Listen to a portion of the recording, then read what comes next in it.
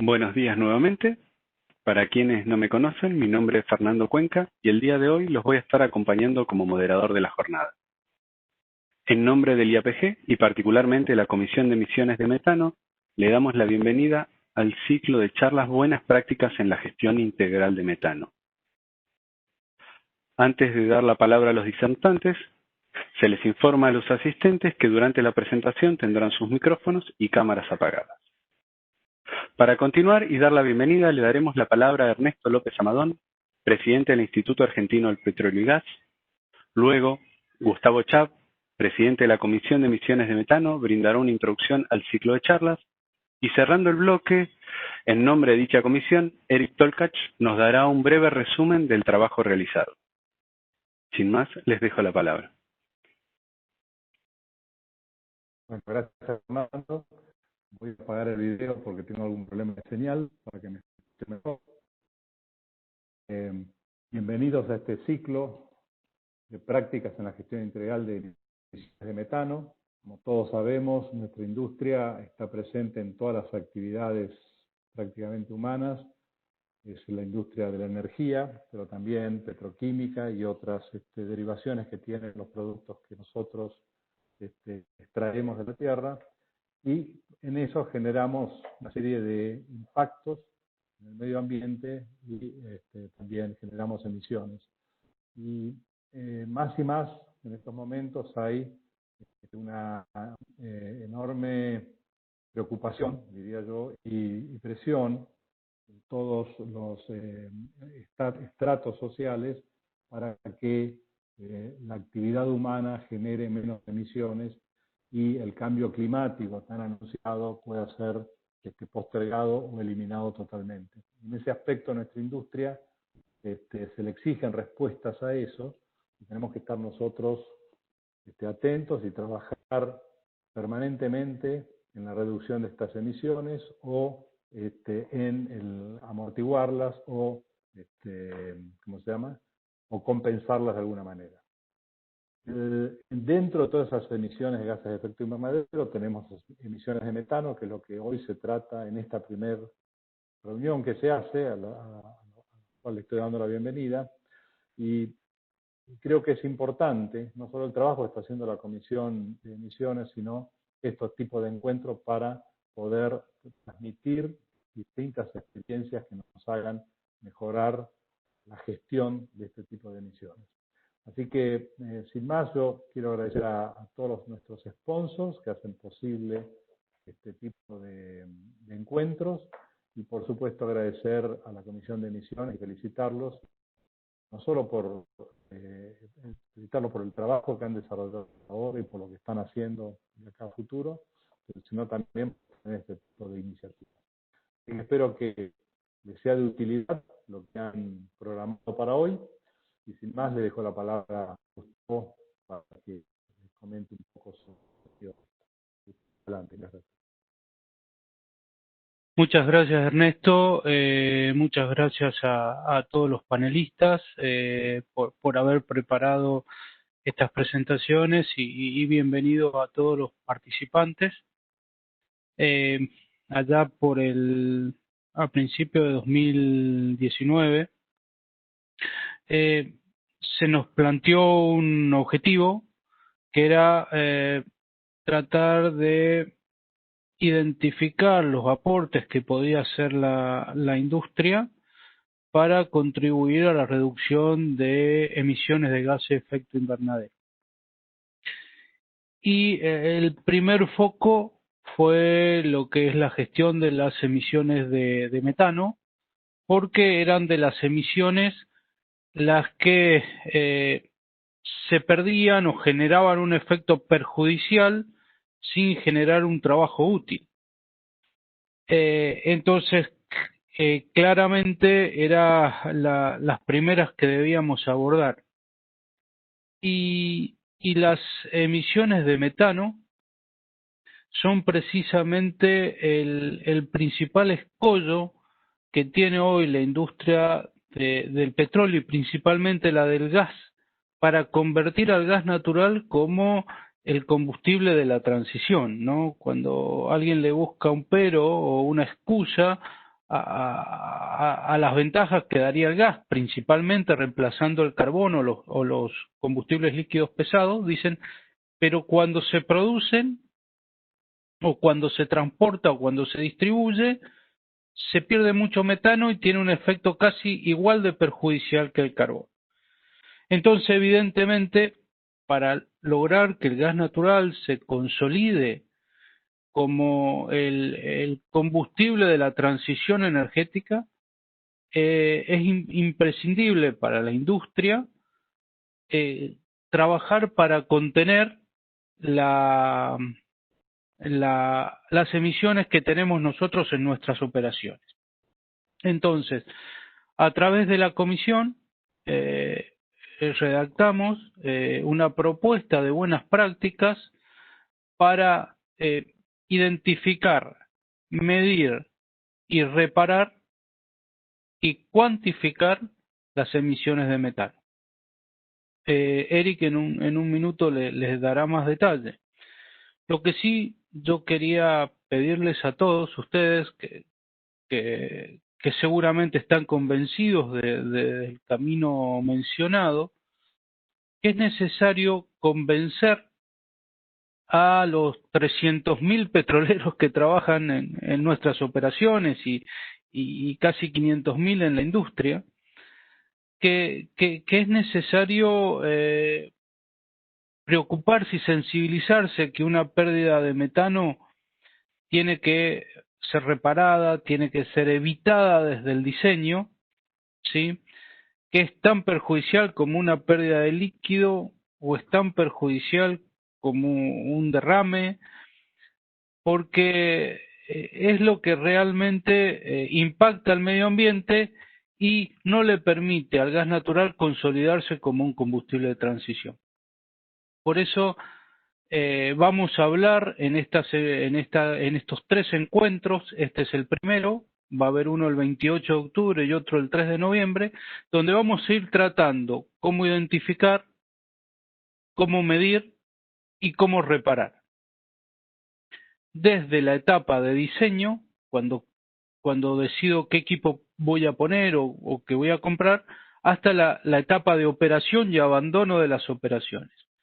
Así que ahora los dejo con Eric, Eric Tolkach, que les va a contar qué dicen nuestras prácticas e introducirá las charlas que vienen a continuación, que serán más orientadas a identificar dónde están las pérdidas de metano. Así que muchas gracias y los dejo con el compromiso de convencer a todos los que trabajan en la industria de la importancia de reducir y, si es posible, eliminar las emisiones de metano. Muchas gracias. Ahí está, perdón, tenía el micrófono silenciado. Muchas gracias, Gustavo, muchas gracias, Ernesto, también, por las palabras de bienvenida. Muchas gracias a todos los participantes. Realmente creo que la cantidad de inscriptos que ha habido y la cantidad de personas que ya están participando de esta jornada es muy interesante y es un logro de alguna manera para la comisión. Mi intención es ser bastante breve en esto.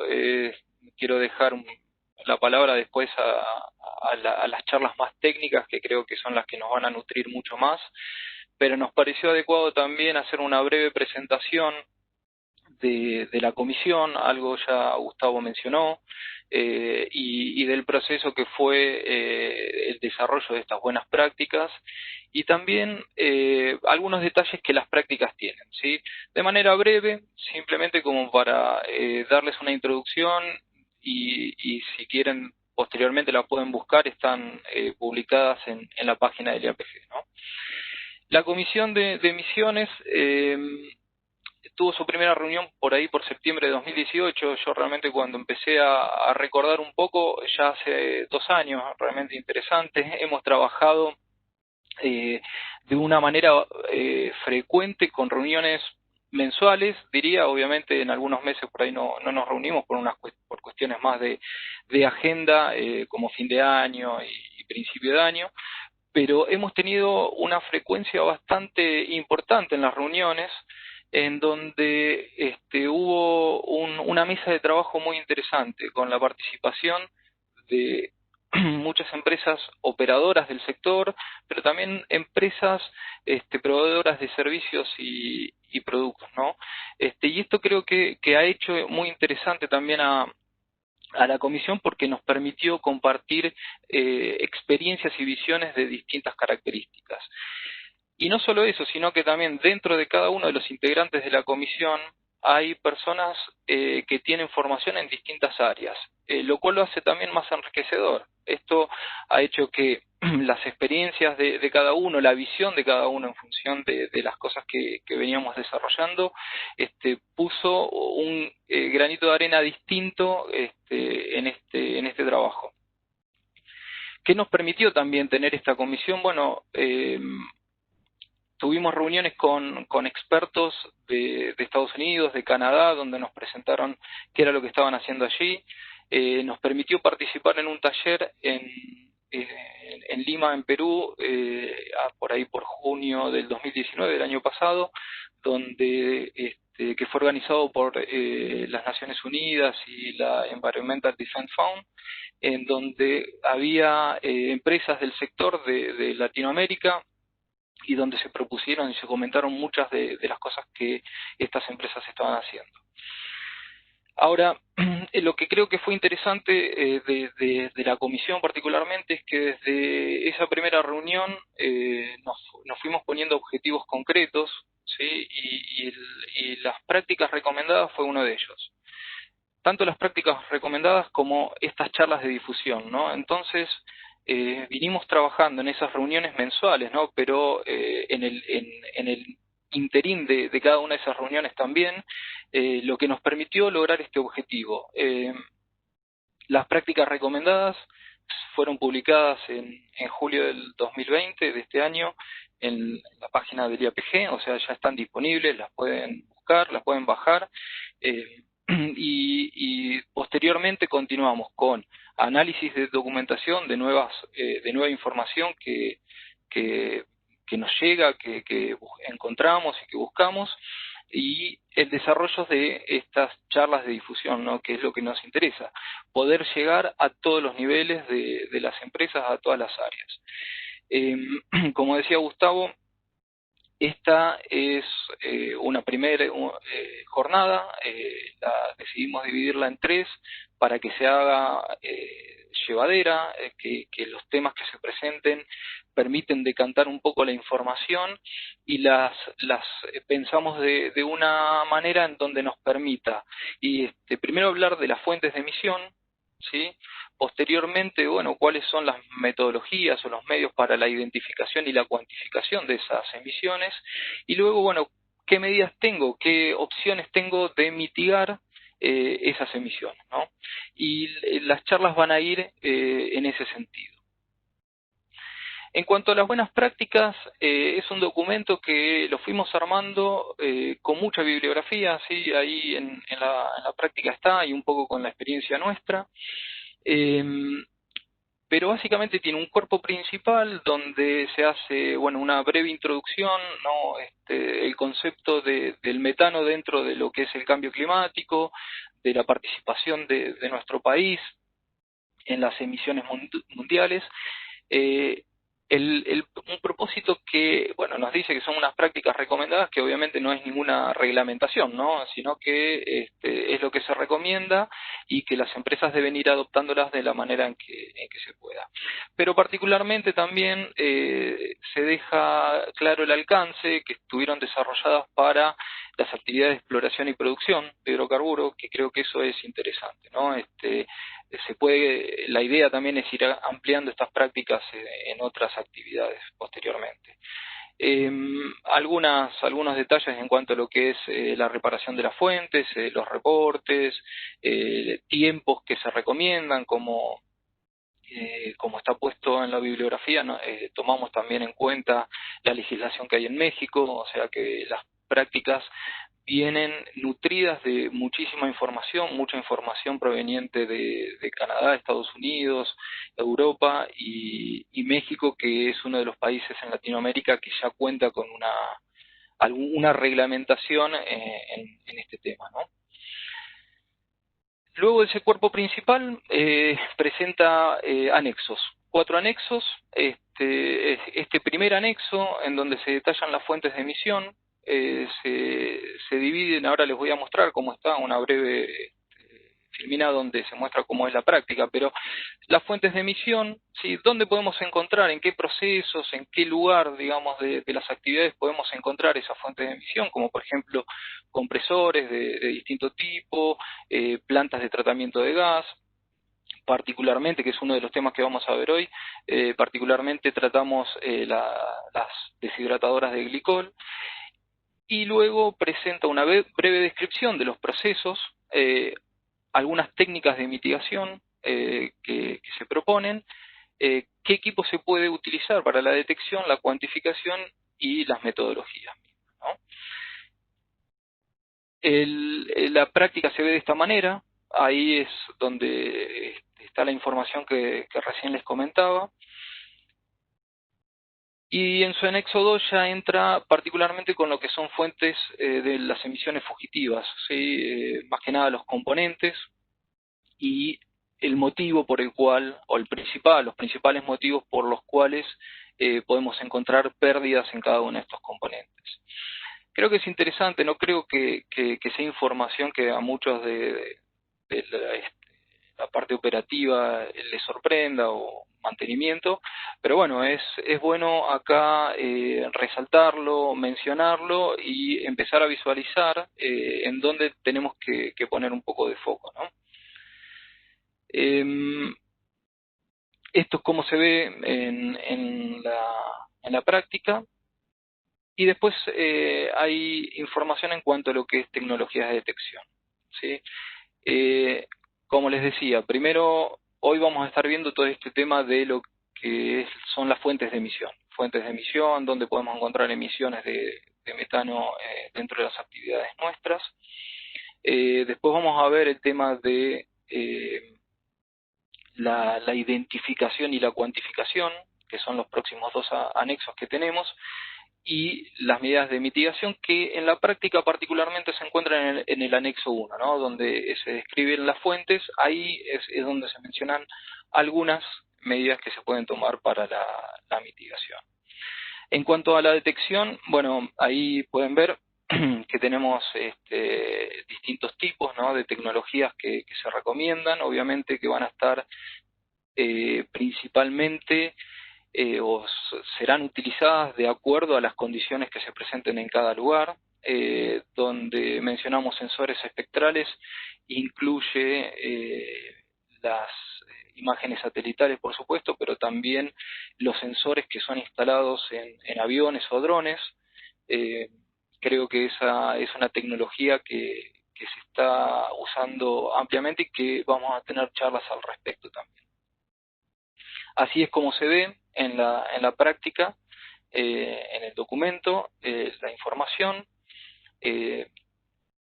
Creo y espero, ¿no?, que luego de este ciclo de charlas también podamos hacer alguna revisión probablemente de estas buenas prácticas, donde encontremos mayor información y posiblemente mayor información en cuanto a las medidas de mitigación, ¿no?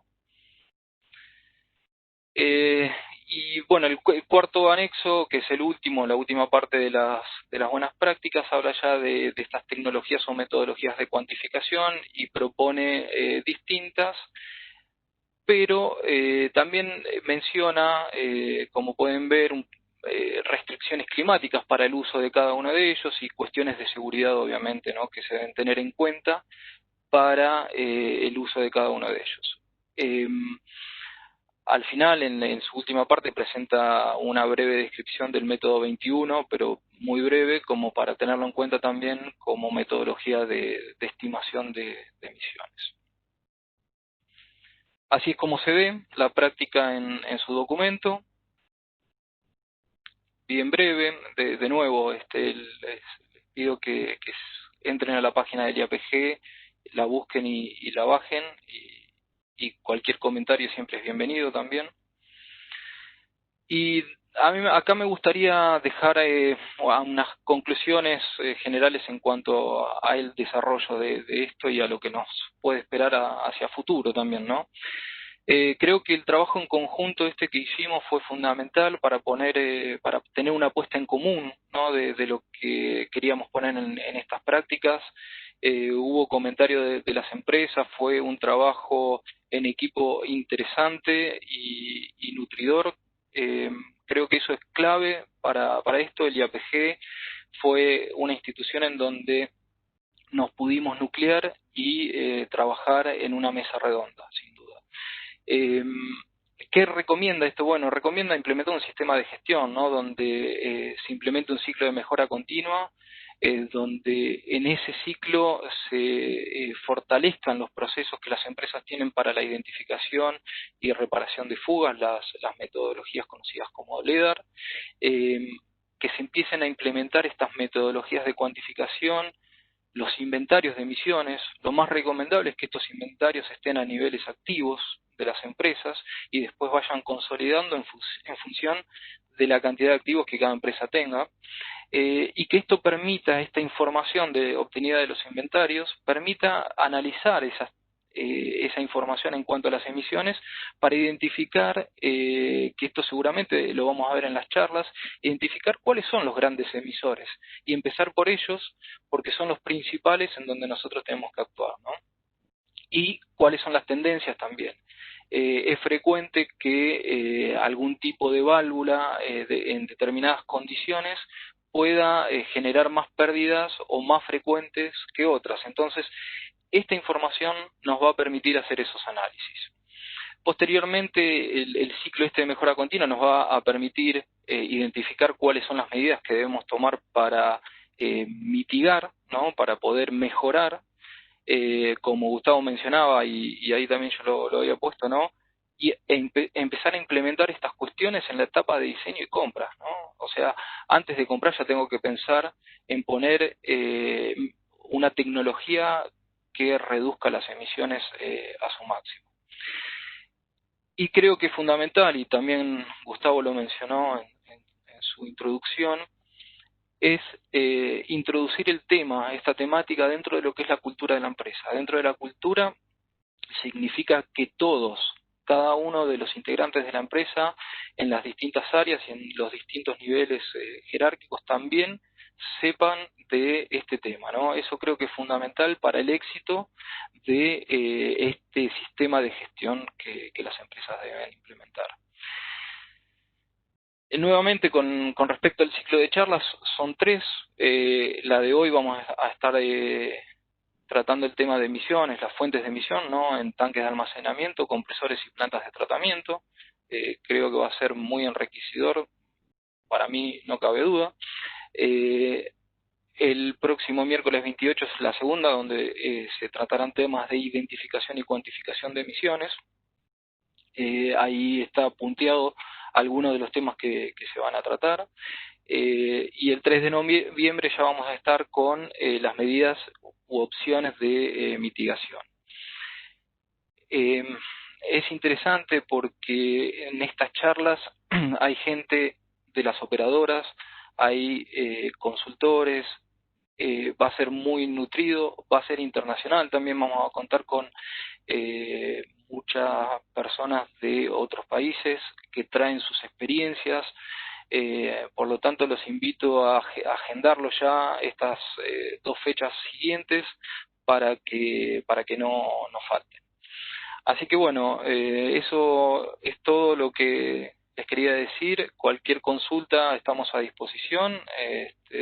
Así que bueno, Fernando, los invito a continuar con la charla. Muchas gracias.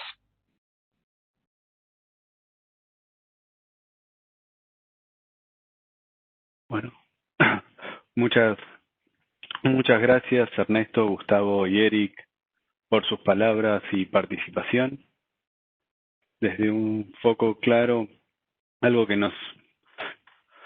se ve en las buenas prácticas, y lo que nos dice la industria es que muchos focos para lograr atacar un problema tiene que ver con la gestión, con desarrollar sistemas de gestión, como lo hace en la energía la ISO 50001, para lograr esa mejora continua y que por ahí las búsquedas o las acciones de mejora ejecutadas logran tener madurez en el tiempo y perdurar.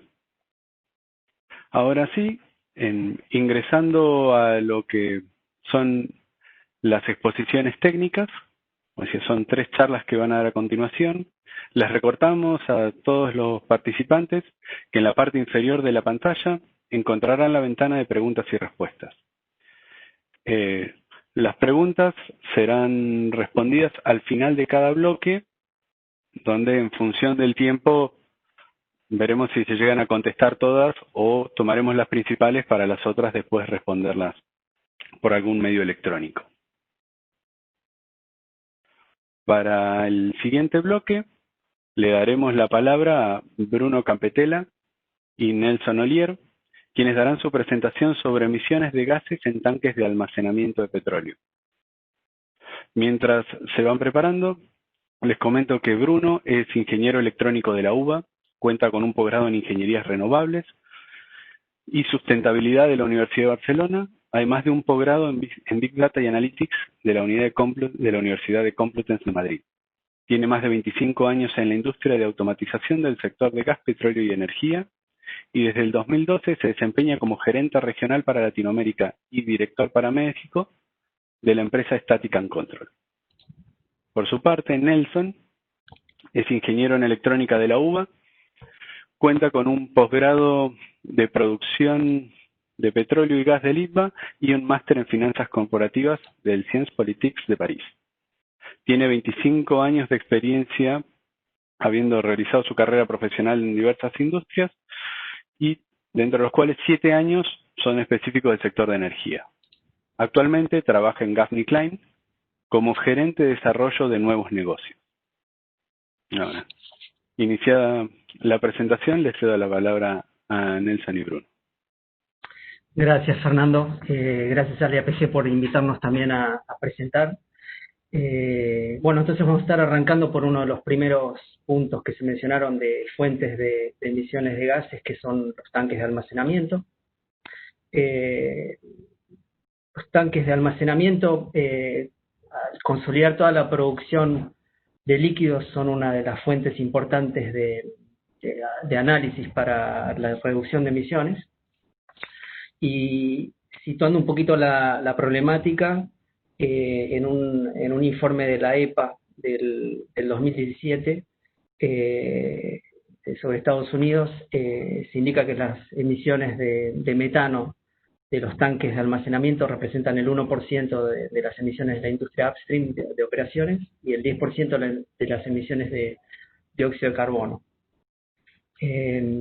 Así que bueno, la idea es en esta presentación mostrar cómo son estas emisiones de los tanques, los tipos de emisiones de pérdidas que se generan, y para llegar a un final de estudio de viabilidad económica de posibles proyectos de mitigación. Entonces, para esto partimos en 3 etapas. Primero, tenemos que saber los caudales de estas emisiones de gases de venteo. Se pueden hacer por mediciones directas o por estimaciones a través de varios modelos teóricos que vamos a ver que existen. Una vez que tenemos los caudales, hay que saber los valores energéticos de estos gases venteados, que vamos a ver que son valores, tienen poderes caloríficos en general elevados. Y por último, en base a todos estos datos de caudal y de poder calorífico, vamos a partir a los estudios de viabilidad económica de posibles proyectos de mitigación. Ahí nos vamos a encontrar con distintas complejidades, limitaciones, sitios remotos, necesidades del sitio versus el recurso disponible, los usos que les podemos llegar a dar, y las opciones de monetización en base a tecnologías disponibles para cada caso. En cuanto a las fugas, por ejemplo, acá hay 2 imágenes para situarse de cómo son estas fugas de gases de los tanques. Acá a la izquierda vemos una brida perdiendo. Estas son imágenes de cámaras FLIR infrarrojas que permiten ver hidrocarburos gaseosos. Entonces se ve una nube arriba de la brida, por ejemplo, eso es una fuga, una pérdida a través de la brida, y a la derecha es a través del orificio de un nivel mecánico de medición de un tanque, también se ve una nube que hacia la izquierda por el viento que emana del tanque. En general vamos a estar viendo este tipo de fugas, después fugas de válvulas, de tapas, fugas por roturas de los tanques, se van a ir viendo de forma similar. En un estudio que hizo la Agencia Internacional de Energía, este es un gráfico un poquito complejo, pero permite tener algunos parámetros, ¿no? Se detectaron varias tecnologías y proyectos de reducción de mitigación de emisiones para toda la industria de upstream, y acá en particular para la problemática de tanques, de fugas en tanques, hay dos tecnologías o dos tipos de proyectos que podrían aplicarse para reducirlos, que son la implementación de unidades de recuperación de vapores, las Vapor Recovery Units, y los proyectos de detección y reparación de fugas. Ahí vamos a ver, el gráfico tiene del lado izquierdo el costo, o sea, en las ordenadas el costo, que son dólares por millón de BTU. Ahí vemos los proyectos de costo negativo, que serían proyectos rentables por sí solos. Esto ahí abajo aclaro que son a precios del 2019, esto es un estudio del año pasado. Y hacia la derecha vamos a tener proyectos que van a generar mayor costo a la producción. Lo interesante que vemos para la parte de tanques en general es que, bueno, y en el eje de las abscisas, los anchos de las barras son kilotoneladas de CO2 equivalente, digamos, que se podrían recuperar. El ancho de las barras implica la posible mitigación.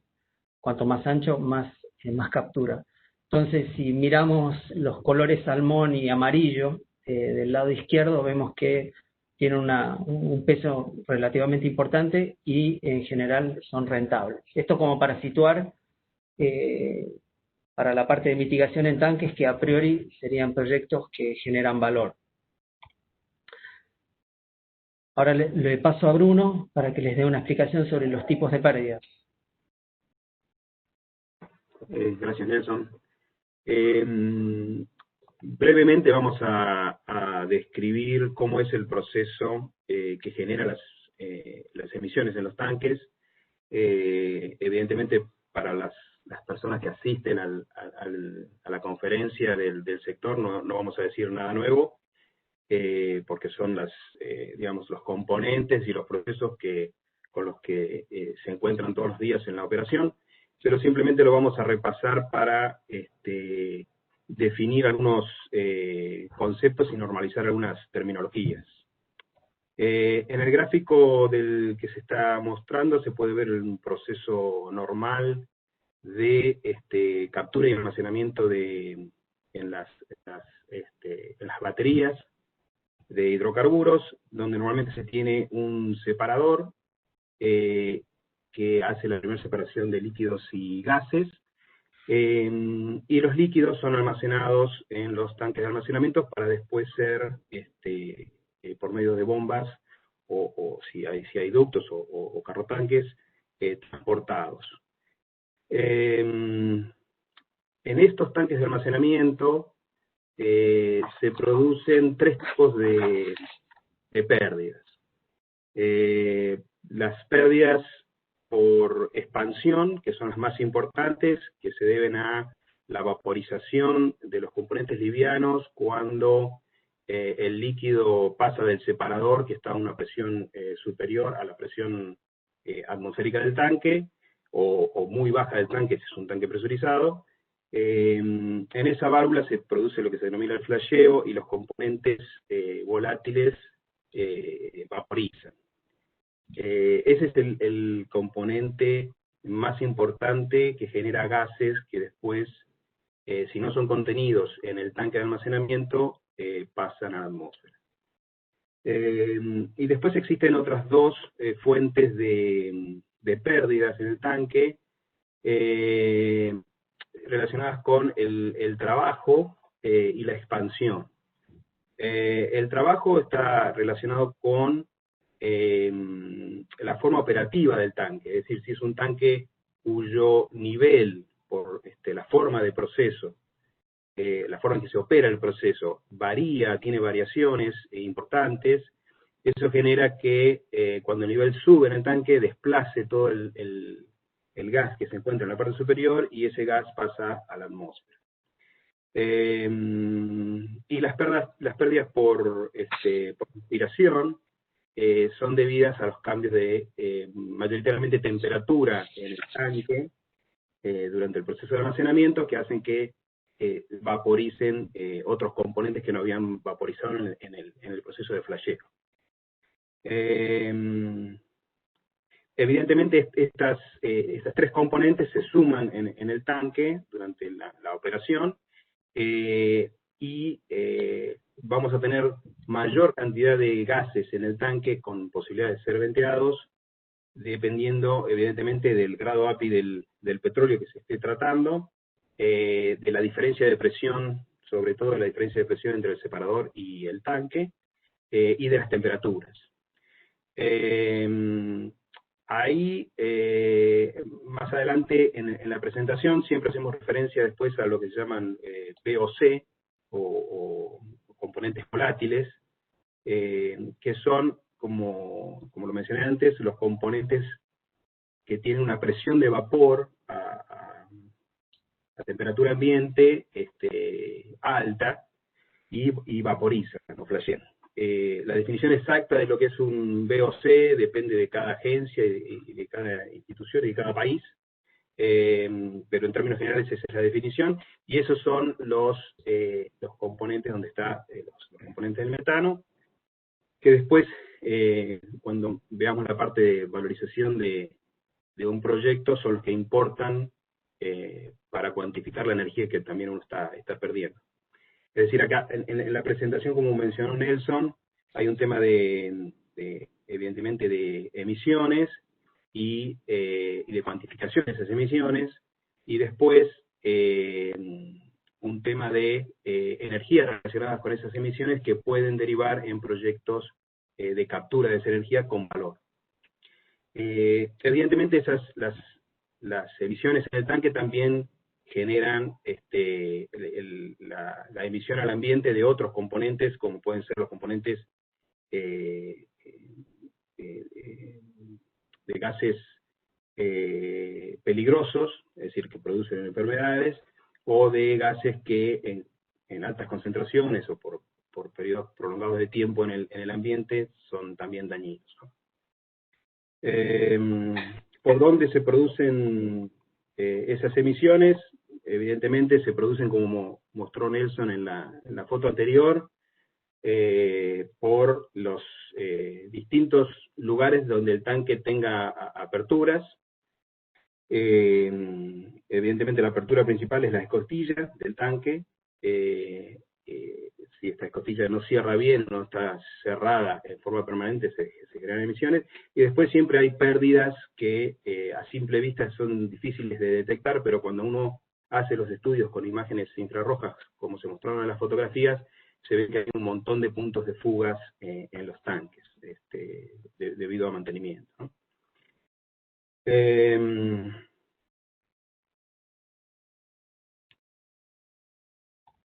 Un tema también importante a mencionar, porque lo vamos a usar más adelante para lo que es la cuantificación energética de las pérdidas, es poder determinar lo que es el valor energético de las emisiones, y para eso es necesario generar una cromatografía, tener una cromatografía del producto, es decir, no una cromatografía del gas que se fue por el separador, que eso no es lo que vamos a tener en el tanque, sino tener una cromatografía de los productos en el tanque, y normalmente esa muestra es una muestra presurizada que se toma donde se muestra ahí en la fotografía, aguas arriba de la válvula de control de nivel del separador.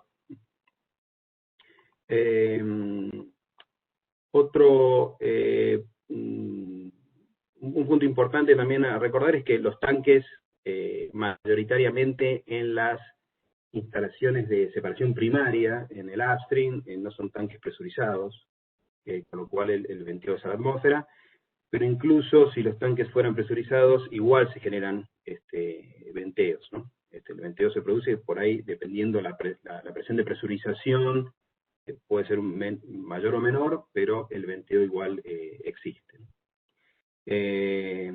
Y evidentemente la forma de mitigar estos venteos es capturar esas, evidentemente primero hay una etapa de que la instalación esté en condiciones, es decir, no tener puntos de fugas por lugares que no deberían, es decir, por problemas de mantenimiento del tanque, y después en los lugares donde sí son puntos de fuga normales del proceso, como puede ser una válvula de presión y vacío, capturar esas salidas de esas válvulas y llevarlas, como mencionó Nelson, por ejemplo, a una BRU. La siguiente presentación, la slide de Nelson, creo que es. Sí. Acá sí, yo voy a ahondar un poquito más en lo que comentaba Bruno sobre los tipos de pérdidas, como para ir cerrando esta parte, para entender bien el origen de las fugas. Entonces, como dijo Bruno, habían tres: respiración, trabajo y expansión. Las tres dependen de distintas variables, como la construcción del tanque, el tipo de operación del tanque, el producto, las condiciones ambientales, el mantenimiento. En cuanto a la construcción, vamos a ver temas de las dimensiones del tanque, el color. En las construcciones vamos a ver dos tipos de tanque, básicamente, dos familias importantes: flotantes o fijos. En el techo flotante vamos a reducir bastante el tipo de las emisiones, porque va a haber menos respiración, menos trabajo, porque el techo, al disminuir el espacio sin líquido, va a disminuir esas dos variables. En cuanto a la operación, es bastante dependiente de la operación. Por ejemplo, si hay descarga de alta presión, como dijo Bruno, vamos a tener flasheo cuando llega el líquido al tanque, y ahí va a estar emanando gases instantáneamente. Si hay un tanque que está en operación de llenado vaciado continuo, como puede ser un tanque que entrega un camión, se va a llenar, se va a vaciar, se va a llenar, se va a vaciar. Eso va a generar mucho trabajo. O sea, cada vez que se va llenando va a ir desplazando gases hacia la atmósfera. Por el otro lado, si el nivel del tanque es estable, con ingresos y egresos de crudo similares, va a tener bastante menos emisiones. Obviamente el tipo de producto varía, afecta muchísimo. Cuanto más liviano, más emisiones. Y las condiciones ambientales también. El viento, mayor viento va a generar más emisiones, mayor radiación, temperatura también. Acá, como para dar una idea, tenemos los promedios, por ejemplo, un gráfico de operación donde vemos los caudales de entrada, que tiene una variación importante, y los niveles del tanque también, que varían desde menos 20 a más 50%, generando trabajo, ¿no? Emisiones por trabajo. Y las condiciones ambientales, por ejemplo, variando en un invierno alrededor de los 5 o 7 grados hasta un verano de 25 o 30 grados, también van a afectar bastante los temas de respiración de los tanques. Bueno, ahora con esa introducción de dónde vienen y cómo se generan las pérdidas, las fugas en los tanques, pasamos a medirlos. ¿Cómo vamos a medir? Entonces, en un proyecto de medición, bueno, el objetivo es medir el caudal, que era uno de los 3 puntos que necesitamos: medir el caudal y después tener el poder calorífico. Acá vamos a estar midiendo los métodos. Hay básicamente 2 métodos para medición directa, que sería en el tanque en sí, con un equipo que permite medir caudales de muy bajo caudal, que se llama High Flow Sampler, con equipos accesorios que permiten calibrar, de ppm, que permiten calibrar el High Flow Sampler, y para detectar las fugas, una cámara FLIR. Y la otra forma sería a través de drones, que es bastante más eficiente hoy por hoy. Los drones vienen equipados con estos equipos también, y permiten mediciones similares. Entonces, Para realizar la campaña de medición, primero tenemos que saber el objetivo, si vamos a querer tener una medición de máxima, de mínima o representativa de una zona o nacional. En base a eso vamos a definir qué tanques vamos a estar midiendo.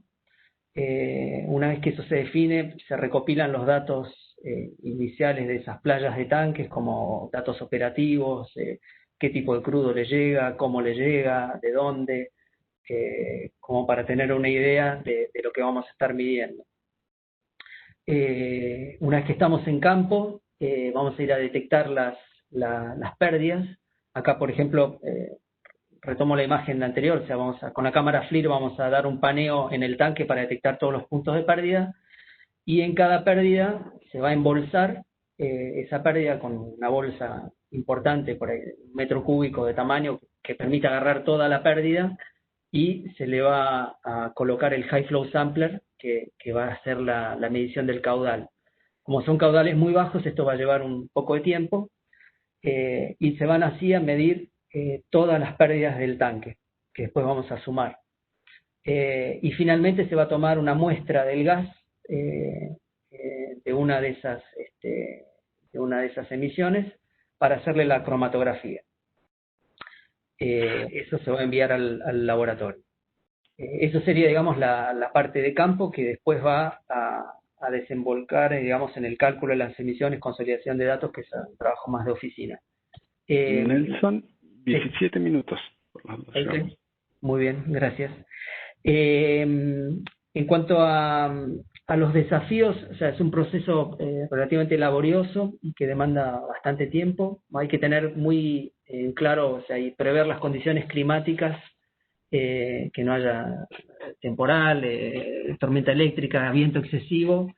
También elegir que el día que se haga la medición, la operación sea representativa y no una operación específica, por ejemplo, que se hayan parado ciertos yacimientos o campos o pozos y tengamos solo el aporte de una parte de la producción, que tengamos la información operativa actualizada y estudiada antes, también la histórica reciente para saber lo que estuvo pasando en esos tanques las horas anteriores o el día anterior.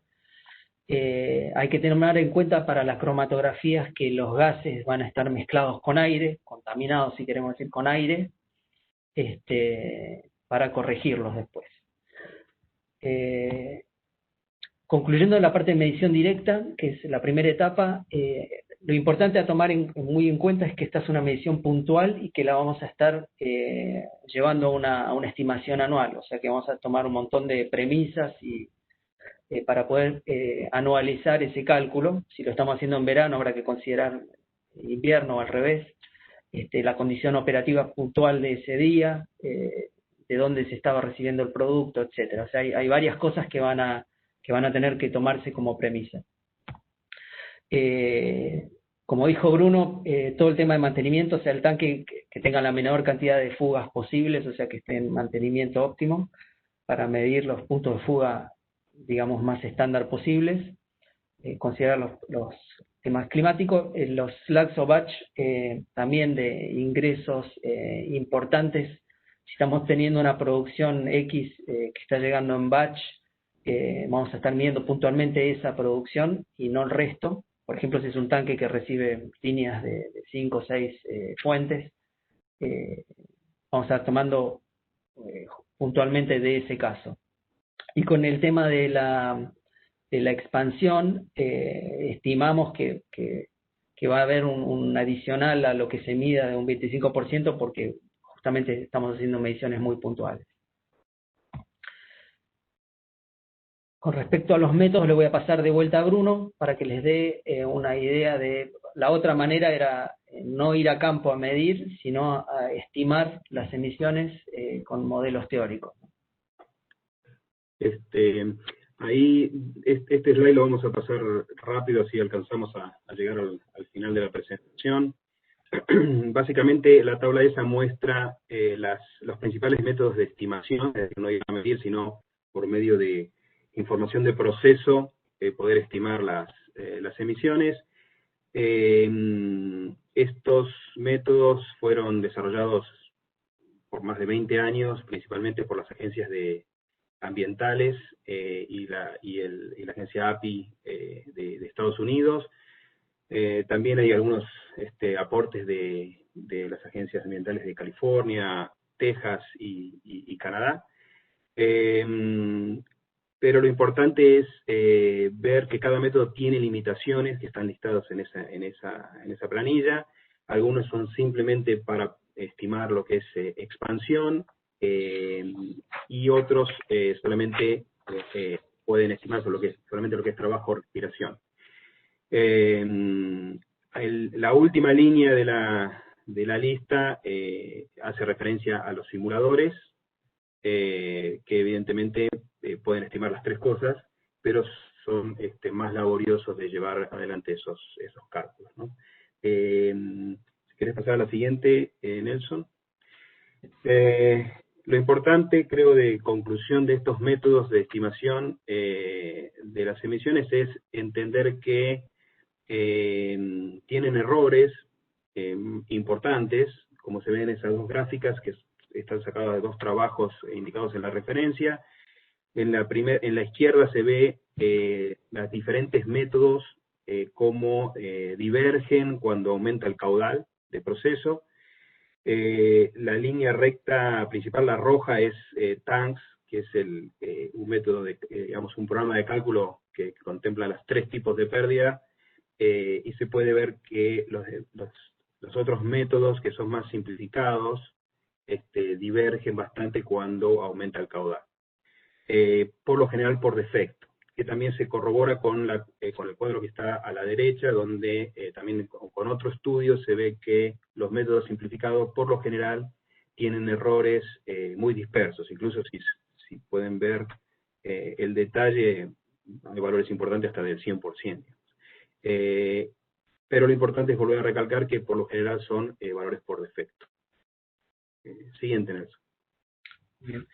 Bueno, ahora entonces el punto siguiente era estimarle el poder calorífico de los gases que se están venteando, y esto se va a hacer a través de las cromatografías, que también nos permiten determinar los distintos componentes de cada gas. Entonces, acá hay un ejemplo, por ejemplo, de cromatografías que se obtuvieron de gases venteados de 5 tanques, con componentes de metano, etano, propano. En general, vamos a ver que los gases son muy ricos, inclusive llegando a 25.000, 26.000 kilocalorías por metro cúbico. Y con la cromatografía, y si lo integramos con los caudales que medimos, podemos obtener las toneladas de cada componente que son venteadas anualizadas, ¿no? O sea, ahí, de pasar de una medición puntual, estamos llevándolo a una estimación anual con todas las assumptions, digamos, premisas que tomamos, pero estamos llegando a un valor de emisiones por componente por año, que ahí ya podemos pasar a la valorización. Por ejemplo, si tomo el caso del propano, en este caso, el tanque que más se está emitiendo, estaría emitiendo un equivalente de $16.000 por año de propano. Y si sumo el resto de los componentes de los tanques, estaríamos llegando a $50.000 de propano, y bueno, habría que sumar el resto de los componentes que se están perdiendo, ¿no? O sea, esto nos daría una idea de lucro cesante, digamos, de pérdidas valorizadas. Con eso ya podemos pasar a la viabilidad de proyectos, que sería determinar la economicidad para los proyectos de mitigación. Acá se van a agregar otros desafíos que son, tengo una fuente de venteo, tengo un uso para darle a ese venteo en el lugar, no tengo, tengo el sitio remoto, la cantidad de energía que estoy perdiendo es suficiente para las necesidades que tengo y las tecnologías que hay disponibles. Las opciones de monetización básicamente son tres. Una es, si tengo líneas de gas cerca, es reinyectar ese gas a las líneas de gas para que sigan su trayectoria por el proceso de gas normal. La otra sería utilizarlo como combustible en los procesos del lugar, como calentadores. Y último sería utilizarlo como combustible para generación eléctrica, lo cual tendría una inversión adicional del equipo de generación, tanto para uso interno como para la venta.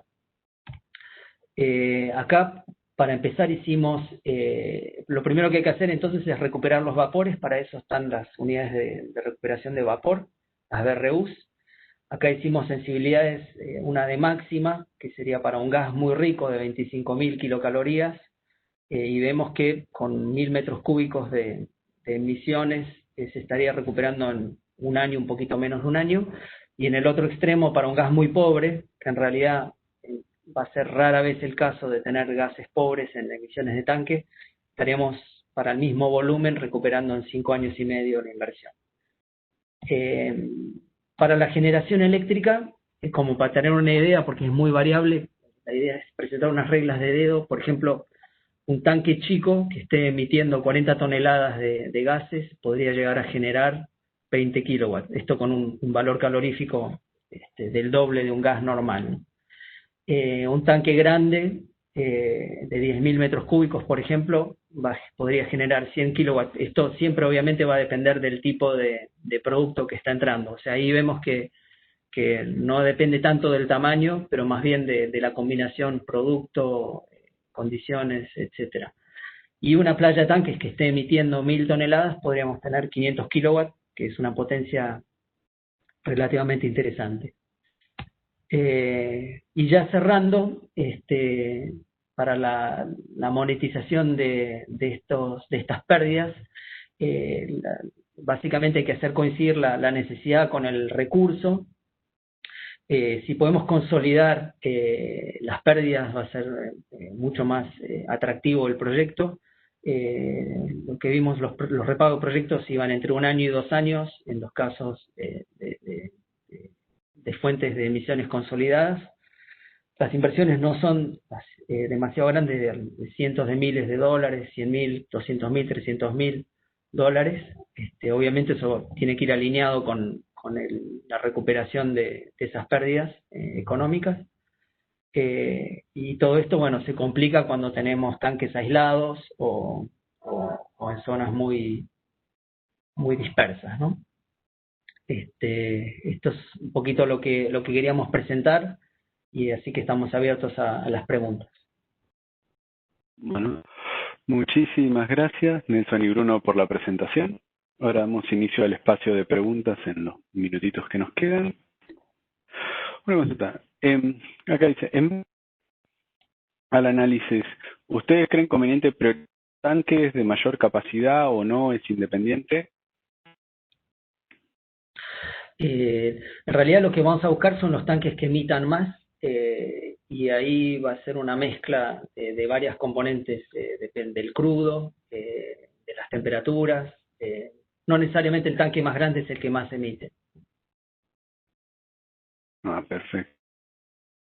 Por otro lado, dicen, ¿qué estrategia para la cuantificación y seguimiento en los casos de grandes cantidades de tanques muy distribuidos como suele haber en...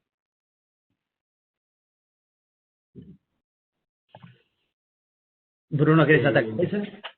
Sí, ahí creo que lo importante es primero hacer un buen análisis y una buena segmentación utilizando la información de procesos, de tal manera de determinar las potenciales fugas, y con eso determinar qué métodos de estimación serían más apropiados. Es decir, para algunos casos, por ahí los métodos de estimaciones serían suficientes, y apuntar a los métodos de medición que por ahí son más, llevan más tiempo, son más costosos, para aquellos lugares donde se vea que es más apropiado el tema de la medición directa. Es decir, yo creo que lo principal sería un estudio, un análisis de información, una segmentación, y con eso una determinación de el método apropiado de estimación. Perfecto. Ahí justito ya estamos. Las 11. Las 11, así que estamos con la siguiente presentación para no... Bueno, muchas gracias. Gracias.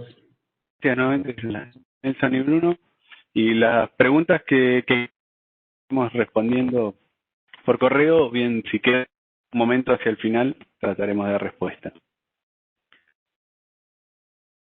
A continuación, le daremos a Navarrete y Jaime Sarúe, quienes nos darán su presentación sobre emisiones en la operación de compresores reciprocantes.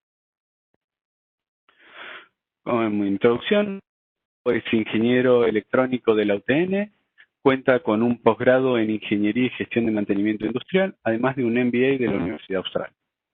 Cuenta con 25 años de experiencia en compresión y gestión de activos y actualmente es gerente regional para Latinoamérica de Ariel Corporativo. Lado, Jaime es ingeniero electromecánico, cuenta con un posgrado en Ingeniería y Gestión de Mantenimiento Industrial, tiene 25 años en producción upstream, en compresión y gestión de activos, 24 años de docencia en la carrera de Ingeniería Industrial de la UAM. Actualmente se desempeña como ingeniero de procesos en el equipo transversal de compresión de YPF Upstream. ¿No? Bueno, ya.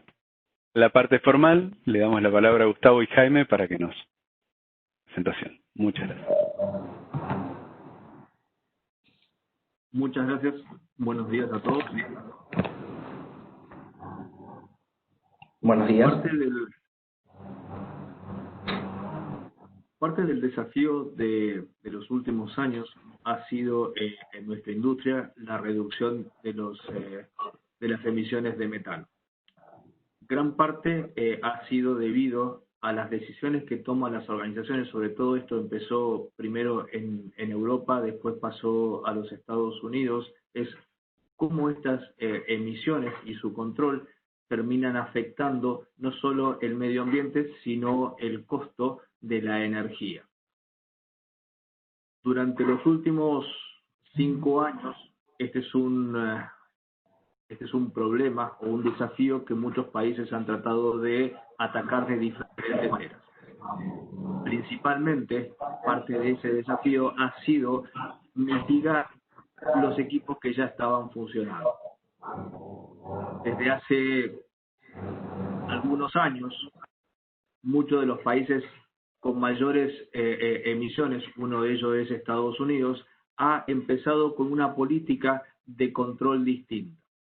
No solo ha estado trabajando con los fabricantes de los equipos, sino con las regulaciones internas.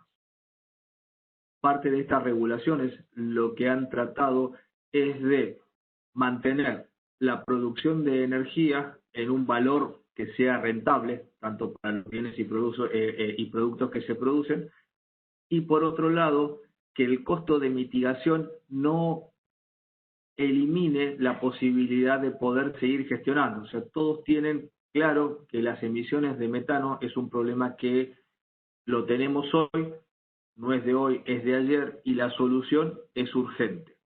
Sin embargo, la limitación sigue siendo siempre el desafío de poder generar un valor de precio de energía que esté acorde a los requerimientos de mercado. En el caso específico de los compresores básicamente tienen empaquetaduras, lo cuales evitan que el gas pase del cilindro compresor hacia la vía o la pieza distanciadora. Estas empaquetaduras son elementos diseñados dinámicamente, o sea que fugan o no tienen emisiones cuando están en movimiento. Cuando las empaquetaduras están estáticas, tienen emisiones que son mayores a las dinámicas. Parte del desafío de los últimos 5 años ha sido encontrar o desarrollar una tecnología que permita la reducción de las emisiones no solo en forma dinámica, sino también en forma estática. ¿Por qué en forma estática? Como le comentaba, esto es parte de un proceso, y este proceso de análisis empezó a demostrar que gran parte de las emisiones no son debido a las fugas de las empaquetaduras, sino también son asociados al tipo de tecnología utilizada, esto es, a los ciclos de mantenimiento. En un ciclo de mantenimiento de un compresor reciprocante, cuando es necesario detener la unidad, se produce un venteo. ese venteo, cuando uno lo cuantifica o cuando es cuantificado con respecto a la pérdida de las empaquetaduras, empezó a generar un balance entre tener un equipo con un mantenimiento más prolongado versus tener una unidad con un mantenimiento con menos horas de marcha.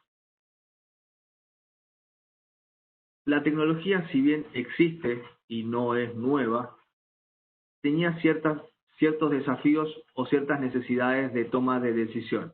Una de ellas era, a menores emisiones, ¿sí?, mayores desgastes. Menores desgastes, mayores emisiones. Y siempre hubo un balance entre qué tipo de tecnología utilizar, porque como le comenté al principio, es la necesidad de tener que detener la unidad para realizar un mantenimiento, implicaba que haya un venteo. Este tipo de decisiones se fueron trabajando y cada industria y cada país fue tomando distintas excepciones a las normas. ¿Por qué? Si ustedes miran Estados Unidos, que tal vez es uno de los países con más compresión reciprocante en el mundo instalada, Estados Unidos, depende de la región en la que uno se posicione, tiene regulaciones que son más o menos severas con respecto a las emisiones. Y esto no es casualidad. O sea, el estado de California comparado con Texas tienen diferentes visiones con respecto a cómo regular. Y tienen en sí la misma visión con respecto a que hay que atacar el problema. Gustavo, sí. En la presentación nosotros estamos viendo un gris. ¿Sabes si vos estás compartiendo la pantalla o la aplicación, por las dos, o el PowerPoint? A ver. Ya va. Voy de nuevo, ¿eh? Vale, perdón ahí. A mí me parece que estoy compartiendo la pantalla, ¿eh? De Webex, fíjate si es ese. Ahí se ve perfecto. Muchas gracias. No, disculpen. La verdad que empecé sin mirar el marquito naranja. Gracias por avisarme. Bien. Bien. Ahí estaba viendo la imagen de la pieza distanciadora con una empaquetadura. Este es un diagrama general y las líneas y las flechas rojas indican por dónde fugan y el tipo de empaquetadura que hoy les mencionaba. Los arreglos estándares que hoy la industria está utilizando, básicamente lo que hacen es canalizar las emisiones por las empaquetaduras al sistema de venteo. El compresor en general tiene dos tipos de fugas cuando es bien mantenido, sea por el respiradero o el venteo de los bolsillos, de los BBCP, o por las empaquetaduras. A su vez, las empaquetaduras tienen emisiones de gas a través del espacio que se genera entre el empaque y el vástago, y por otro lado, las empaquetaduras lubricadas, dentro de la lubricación de aceite que es necesario recircular para refrigerar el vástago, salen burbujas de gas, lo cual también deben ser canalizadas y separadas. Actualmente, todo esto, dependiendo de la configuración que se utilice, va a venteo o a la atmósfera, dependiendo si el compresor está en una instalación al aire libre o una instalación cerrada.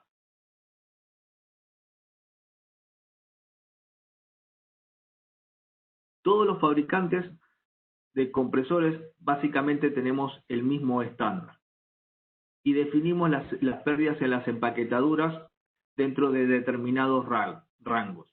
Estos rangos están de acuerdo a normas no escritas y son más bien referenciados a lo que llamamos reglas de buen arte. Actualmente, en el estado de California, en Alemania, y sobre todo en la comunidad europea, el gobierno tiene inspecciones de termografía para determinar cuánto gas se ventea a través de las empaquetaduras o de las piezas distanciadoras, como un requisito de medición. Esto ha generado en los últimos 3 o 4 años innovaciones tecnológicas para reducir esas emisiones, como le mencionaba, pero así también ha traído a la industria a un debate, que es cómo los medios de mitigación de las emisiones impactan en el precio final de la energía y por ende en el producto o servicio final. En Estados Unidos hay dos versiones o dos posiciones diferentes, una que establece que debemos hacer todo lo que es necesario o esté al alcance para reducir las emisiones. Hablar de una reducción de emisiones no es lo mismo decir que cero emisiones están todos de acuerdo que no es factible. Esta reducción de emisiones está establecida de acuerdo a los tipos de tecnología. Por otro lado, hay una posición que lo que dice o lo que plantea en esta mesa de discusión es que estas emisiones es técnicamente muy costosa mitigarlas en equipos existentes y que si se quiere trabajar en la reducción de emisiones se debe trabajar en la reducción de emisiones a futuro, con nuevos proyectos, en los cuales se plantean preguntas como ¿es mayor la emisión en una empaquetadura de un compresor que la emisión de VOC en combustiones o en motores de combustión pobre? Como todos sabemos, uno de los problemas de los motores de combustión pobre es que la temperatura es lo suficientemente baja como para tratarlos con catalizadores estándar, con lo cual hay que usar urea. El otro punto que se plantea en la mesa de discusión actualmente es si es necesario revisar los diseños de sistemas de compresión distribuidos en el campo, como equipos reciprocantes tomando gas directamente desde el pozo, a una conversión de equipos compresores centralizados, en lo cual se utilicen ciclos combinados de grandes potencias, de forma tal que los mismos utilicen motores eléctricos con la posibilidad de que se extiendan los periodos de mantenimiento, haciendo referencia a lo que previamente les mencioné, que es cada vez que uno tiene que detener un equipo compresor, hay un venteo. Este tipo de discusiones son discusiones que hoy no se han resuelto en la industria, y la industria se ha focalizado casi un 90% en mitigar lo existente. Sin embargo, la mitigación de lo existente no elimina el problema de raíz, que es la reducción de emisiones basado en una tecnología que sea económicamente aplicable. Esto es, hoy la reducción de emisiones en un sistema de compresión reciprocante requiere un costo que tal vez muchas compañías no quieren incurrir, debido a que la reducción de esta emisión comparado con otras emisiones que tienen no es lo suficientemente significativo y agregan costo a la producción o emisión de BTU. Muchas otras alternativas existen tecnológicamente, como poner bombas de vacío para tomar las empaquetaduras, el gas de las empaquetaduras, y meterlas en un sistema de venteo. Pero nuevamente necesitamos tener un sistema de venteo que queme el gas. Para cerrar parte de la idea, hoy uno de los desafíos importantes que tiene la industria es cómo de manera económica poder reducir las emisiones a través de las empaquetaduras que las van a tener. Esa reducción de emisiones viene por varios caminos. Uno de ellos es la pérdida normal o o la emisión normal debido al movimiento dinámico, y la otra es utilizar tecnología que permita, ¿sí?, reducir esas emisiones como equipos accesorios al sistema de compresión, lo cual implica un incremento en el costo de la producción o el costo del millón de BTU en la actualidad.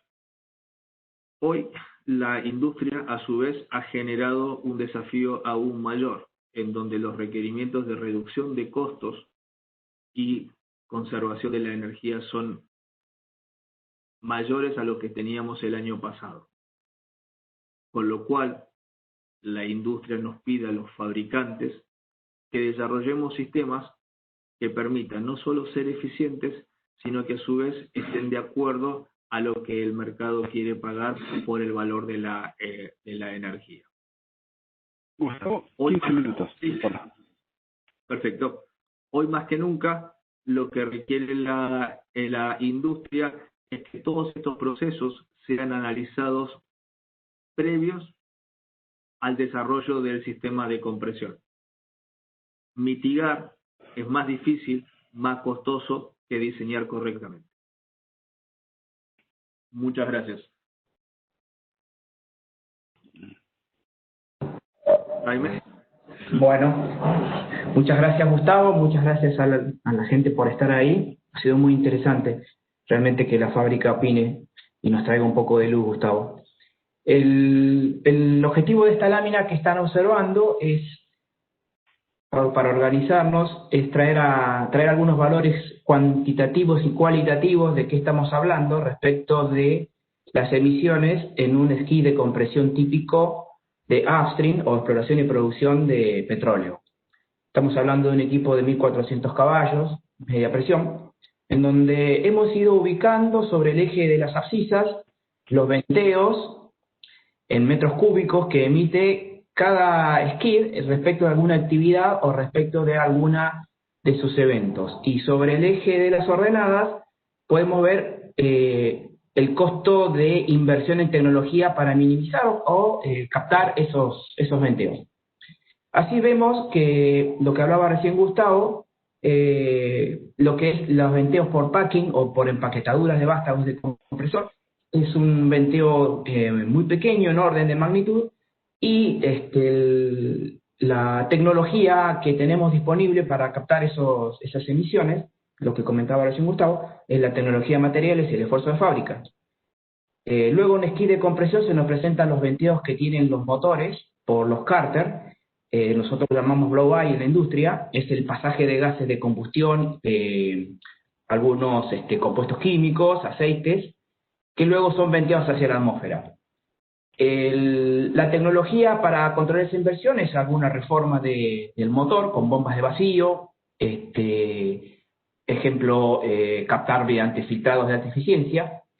Y aquí lo que podemos decir es, ahí para ir cerrando esta lámina, que luego los grandes impactos de venteo se producen por las actividades de paro y arranque de equipos. Los equipos deben ser parados y arrancados por maniobras de producción, maniobras de mantenimiento preventivo, o bien por fallas en los equipos, ¿sí? Entonces, si nosotros nos ubicamos en esta matriz de decisión, vemos que debiéramos atacar lo que nos atrae mayores venteos y que tiene un impacto acotado en el costo del precio de la energía. Es decir, si nosotros diseñamos plantas que tengan una alta confiabilidad, por ejemplo, por citar alguna tecnología, sería diseñarlas con RCM, ¿sí?, mantenimiento centrado en confiabilidad y producción. Podremos minimizar los paros de correctivo de equipos por procesos o por fallas en los equipos, y estaríamos evitando gran parte de esos venteos. Esto se hace en la etapa de diseño, se diseña la instalación en ambiente de confiabilidad, y luego tendremos un costo del ciclo de vida y una huella de carbono disminuida. Respecto de los blow-by o los venteos de cárter, la tecnología que tenemos disponible es el rediseño, se nos hace costoso nuevamente, o bien seleccionar equipos que ya vengan con estos sistemas de captación de gases de cárter desde el origen, ¿sí?, que los tenemos en el mercado. Entonces, cerrándola, tenemos que priorizar hacia dónde queremos ir y cómo debemos diseñar. Y lo conveniente, como siempre, es desde el origen, desde el diseño.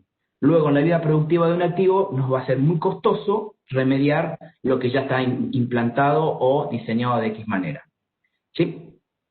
Un ejemplo de esto es, en los paros y arranques de equipo, ya diseñarlos intrínsecamente con alguna tecnología de aire, con alguna tecnología que permita arrancarlos sin gas combustible, por decir algún ejemplo, ¿no?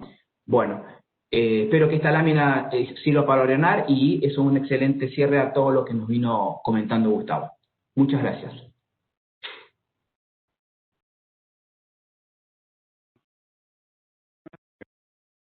Jaime, por su presentación. Muy, muy interesante. Y ahora damos inicio a las preguntas. Por una preguntan, ¿cuánto influye la calidad de mantenimiento en la emisión de estos equipos?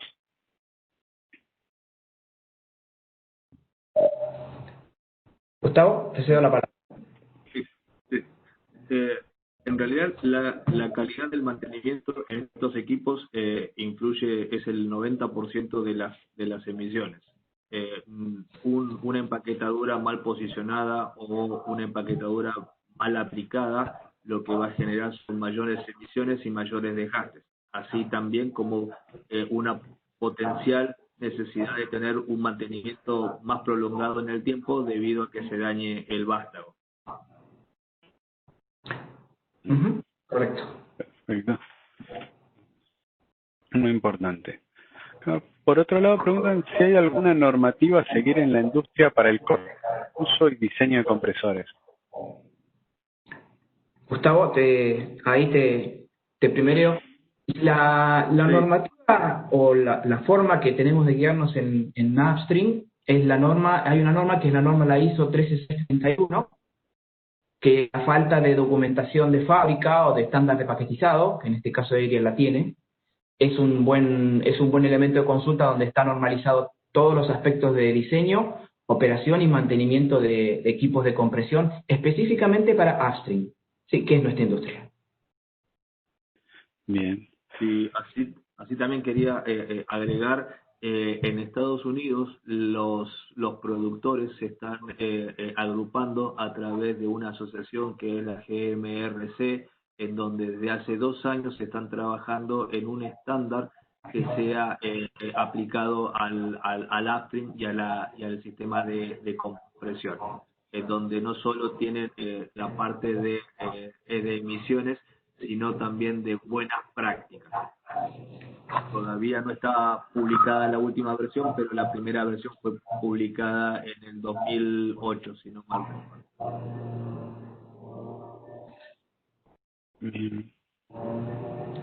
Perfecto. Como estrategia de reducción de emisiones está la captura de fugas. ¿Qué impacto tiene la instalación en los casos de instalaciones de años, como hay en el upstream? ¿Se puede masificar?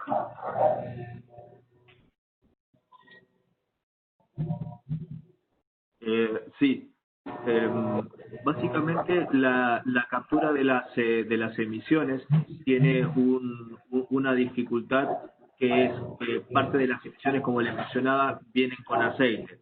Se utilizan sistemas para básicos para enviar el gas y el aceite, pero el problema es que separarlos es difícil, no es económico, y a su vez es otro elemento que requiere mantenimiento, con lo cual hay ejemplos en la industria en donde el mantenimiento de estas bombas de vacío tiene ciclos en horas de marcha por debajo de los mantenimientos de los compresores, con lo cual tenemos que tener paradas intermedias para mantener el sistema de bombas o de captura de gases de la pieza distanciadora. Esa es una limitación tecnológica que hoy la industria tiene. Hay varios fabricantes que están trabajando en mejorar esta tecnología. Bien. Bueno, a ver, ¿qué dice? Tomando toda la industria del gas desde el pozo hasta la hornalla, ¿cuáles son los agentes que más aportan a la fuga? Igual creo que esta pregunta es más general, no solo del tema de compresión, Pero bueno, específicamente de compresión de gas, entiendo que el mantenimiento, por lo que había dicho Gustavo,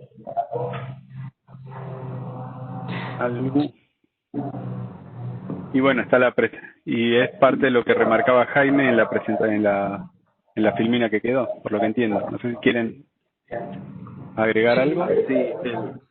Sí, en realidad, hoy por hoy, lo que más emisiones genera en un sistema de compresión, sobre todo en aplicaciones Shell Gas, es el sistema de control para mantener la presión de succión. O sea que el excedente de esa presión de succión se va a venteo. Cuando vos seteás el compresor, tiene una capacidad determinada. Por encima de esa presión, el excedente de esa presión uno lo envía a venteo.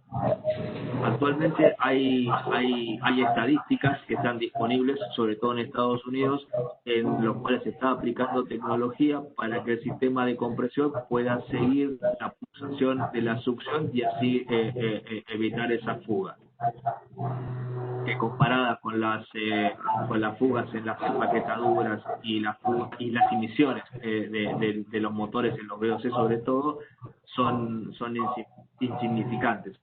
No tengo la estadística acá como para mostrarla, pero si no recuerdo mal, era alrededor de las emisiones de todo el sistema de compresión 20% comparada a las totales generadas por el sistema de compresión, en donde se incluía el venteo por regulación de presión de succión a venteo. Perfecto. Y me preguntan, ¿en cuánto encarece el costo de un compresor?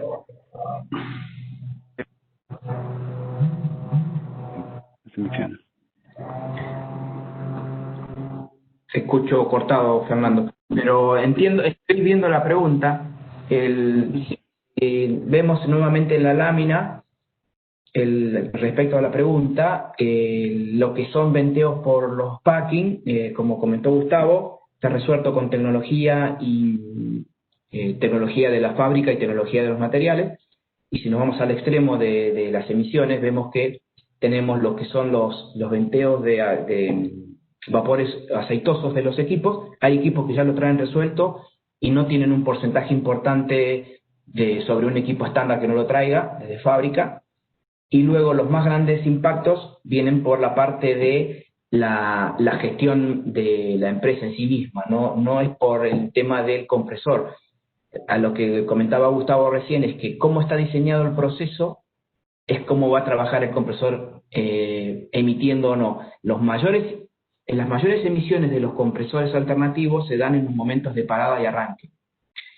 Si seleccionamos un equipo que de mantenimiento preventivo tenga pocas paradas, 6 paradas al año, digamos, que es un valor bueno, o podemos ir a un motor eléctrico, si la tecnología de la planta, o si no es una estación de compresión primaria, o una IPF, que sea algo que es temporal, y tenemos energía fiable, podemos ir a un tema de motores eléctricos que tienen 2 mantenimientos por año, y el compresor alternativo lo acompaña, o bien tenemos que reforzar en la estrategia de mantenimiento para minimizar los paros de mantenimiento correctivo, ¿sí? Ahí es lo que preguntaban hace un rato, que contestó Gustavo, que el impacto del mantenimiento, la calidad del mantenimiento y los materiales que se usan en el mantenimiento es muy importante, ¿sí? Y hay que ir a técnicas elevadas de planes de mantenimiento y planes de producción basados en confiabilidad.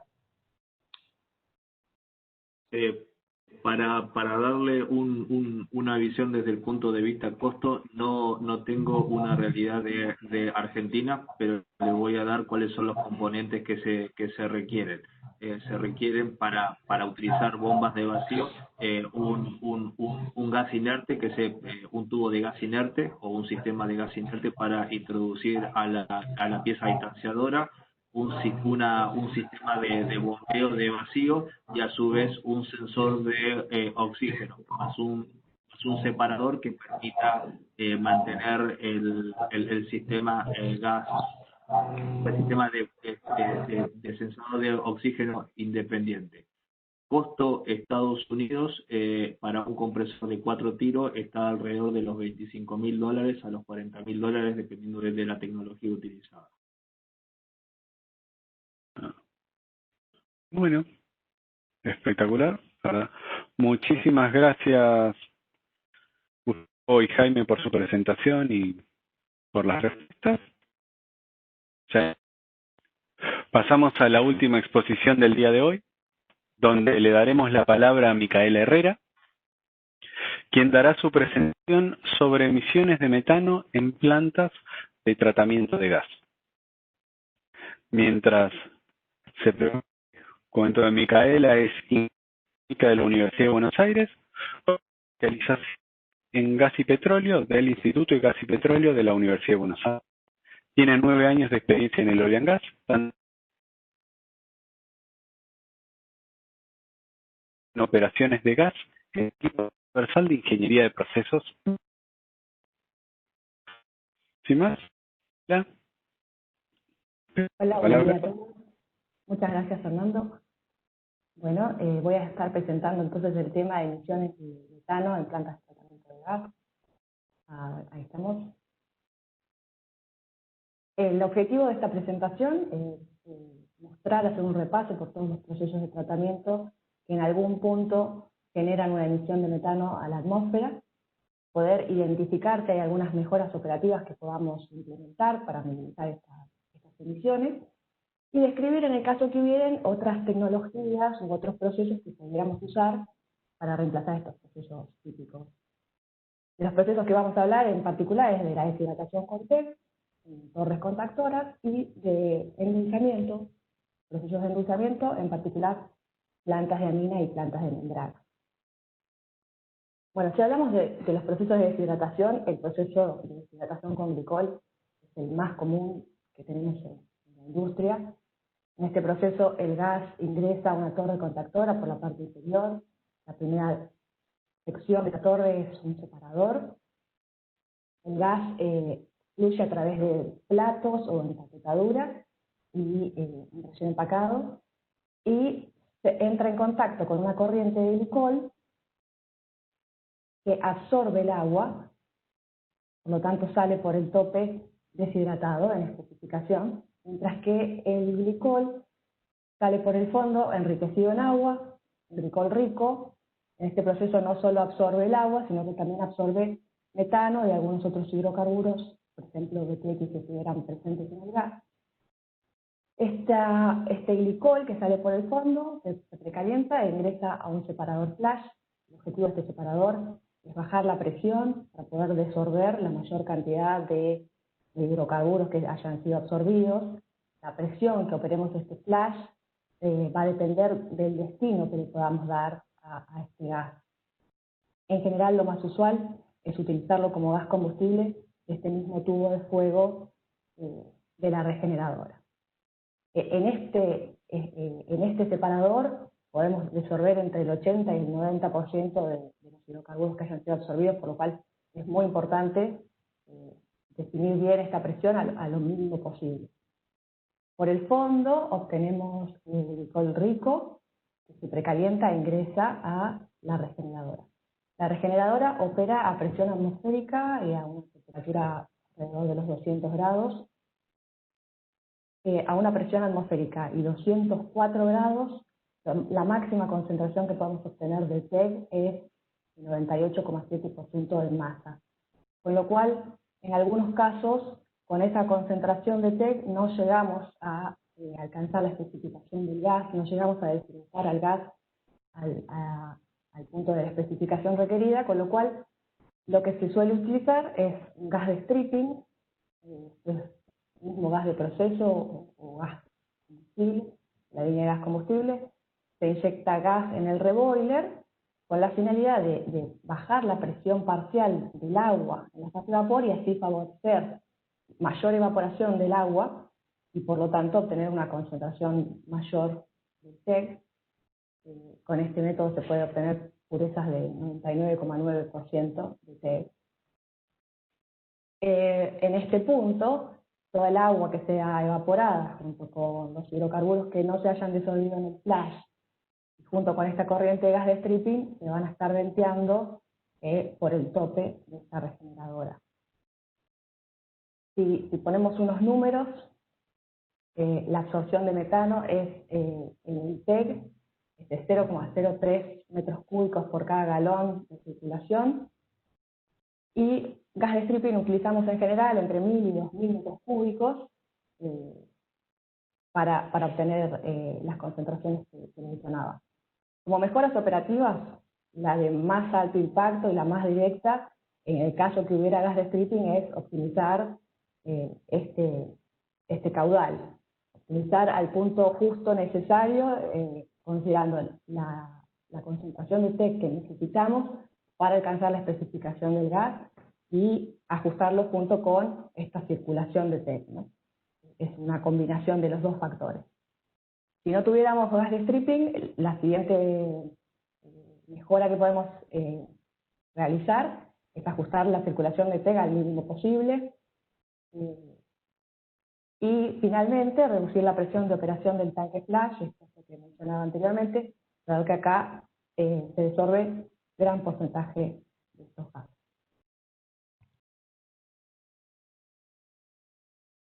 Bueno, aquí podemos ver unas fotos. Ya tenemos una unidad de TEC, una contactora y la regeneradora, y por el punto más alto tenemos este punto de venteo a la atmósfera del vapor de agua junto con los gases que hayan sido absorbidos. Lo mismo vemos en esta otra foto, en este caso están canalizados a un lugar más alejado. Si pusiéramos unos números como para tener una noción, si para tratar 1 millón de metros cúbicos de gas de una composición típica esté saturado en agua a 60 kilos y 45 grados, usamos una circulación de TEC de 5 galones por minuto y 1000 metros cúbicos de gas de stripping, estaríamos ocasionando en este punto una emisión de aproximadamente 240 toneladas por año. Bueno, investigando un poco sobre otras formas de mitigación u otras alternativas, la EPA en unos artículos de recomendación, recomiendan el reemplazo de las glicoleras por lechos de secantes regenerativos. En este caso, lo que se utilizan son sales. Tenemos en este proceso el gas ingresa a un recipiente por la parte inferior y entra en contacto con un lecho de pellets de sal, se utiliza cloruro de calcio. A medida que el gas fluye por el lecho, las sales van absorbiendo el agua y se van disolviendo, con lo cual el lecho, a medida que transcurre el tiempo, se va consumiendo hasta llegar a un nivel mínimo operativo a partir del cual hay que reponer el lecho que se consumió. La frecuencia con la que se quiera realizar esa reposición es la que va a determinar las dimensiones de los equipos o la cantidad de lechos que vamos a tener que tener, ¿no? Es por esto que esta tecnología no se utiliza para caudales mayores a 150.000 metros cúbicos día, y se recomienda para gases que están a alta presión y baja temperatura, es decir, que tengan bajo contenido de agua a remover. Lo que me parece muy importante para considerar, a medida que las sales se van disolviendo, se va acumulando en el fondo una salmuera, con lo cual es muy importante considerar qué disposición se le dará a esta salmuera, qué tratamiento se le dará, y analizar si es posible tratarla junto con el agua de producción, si habrá un impacto, qué impacto tendrán los cloruros en la salinidad del agua, en la corrosividad, si será factible o no, y bueno, eso también determinará si podemos utilizar esta alternativa o no. ¿Se me escucha bien, Fernando? Sí, sí, perfecto, Miguel. Ah, bien, bueno, bárbaro. Sí. Bueno. Respecto a otros lechos u otros desecantes sólidos, ya estaríamos entrando en las tecnologías de lechos regenerativos.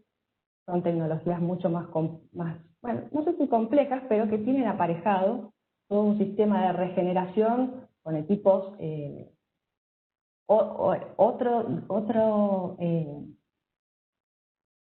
un nivel de equipos mucho más, no me sale la palabra, pero bueno, requieren hornos para la regeneración, para calentar el gas, compresión, enfriamiento, y eso está justificado porque alcanzan una depresión de punto de rocío mucho mayor y porque así lo demanda el proceso que hay aguas abajo. Con lo cual, estos otros lechos de secantes sólidos no serían en sí reemplazo directo de los desicantes líquidos, como sería el glicol. O como podría ser las sales, pero en el caso de glicoleras de muy bajo caudal, operaciones que son como para algunas estaciones compresoras de bajo caudal o pozos. Bueno, entrando ya en los procesos de endulzamiento, vamos a hablar del proceso de amina. Este proceso se utiliza para remover los componentes ácidos que estén presentes en el gas, en particular o en especial ácido sulfúrico y dióxido de carbono. El gas ingresa por la parte inferior en una torre contactora, donde entra en contacto con una amina pobre, una solución de amina, que reacciona con los componentes ácidos presentes, generando una sal regenerable, con lo cual el gas sale por el tope ya endulzado en esta especificación sin los componentes ácidos. Por el fondo obtenemos la corriente de amina rica. En este proceso no solo absorbió los componentes ácidos, sino que también pudo haber absorbido metano, otros hidrocarburos, BTX si estuvieran presentes en el gas. La amina rica sale por el fondo de la torre contactora, ingresa en un tanque flash, en el cual se disminuye la presión a unos 4 o 5 kilos, y se desorben en este punto las partes de los hidrocarburos que hayan sido absorbidos. Este gas tiene alto contenido de componentes ácidos, está saturado en agua, tiene bajo poder calorífico, con lo cual no es tan sencillo utilizarlo. Para eso se suele montar una pequeña torre sobre el mismo separador, y con esta misma amina se hace circular una pequeña corriente de amina. Si bien el proceso de absorción a baja presión no es tan efectivo, logra endulzar parcialmente este gas, con lo cual ya se lo puede utilizar como gas combustible. En general, para no inyectarlo a la red de gas combustible de la planta y tener problemas de corrosión, se lo utiliza específicamente en los hornos de hot oil, que luego se utiliza para los reboilers. Los hornos de hot oil ya están especificados desde el diseño para este gas. La amina rica luego se hace un intercambio de calor e ingresa a la torre regeneradora. La torre opera a presión cercana a la atmosférica.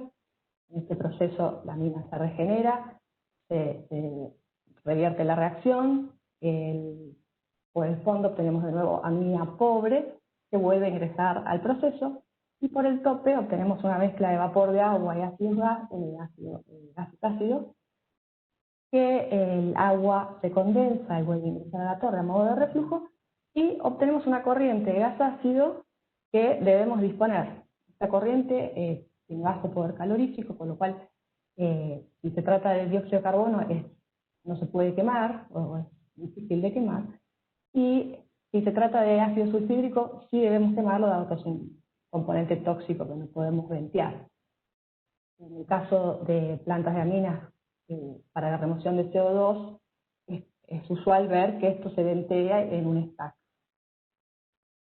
En estos, bueno, como para poner también unos números, la absorción de metano en la amina es de 0,005 metros cúbicos por galón de amina de circulación. La absorción de los BTX es un orden de magnitud menor.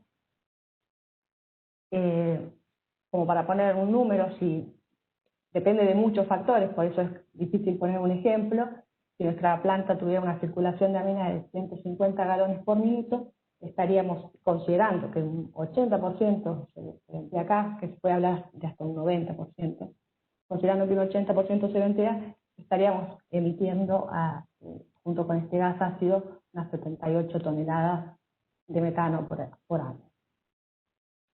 En cuanto a las mejoras operativas que se puedan implementar en la planta, el problema es que la mayoría de los parámetros que podamos ajustar para minimizar la absorción de metano y de otros hidrocarburos también disminuyen la absorción de los gases ácidos, con lo cual entra en conflicto con el objetivo principal de este proceso.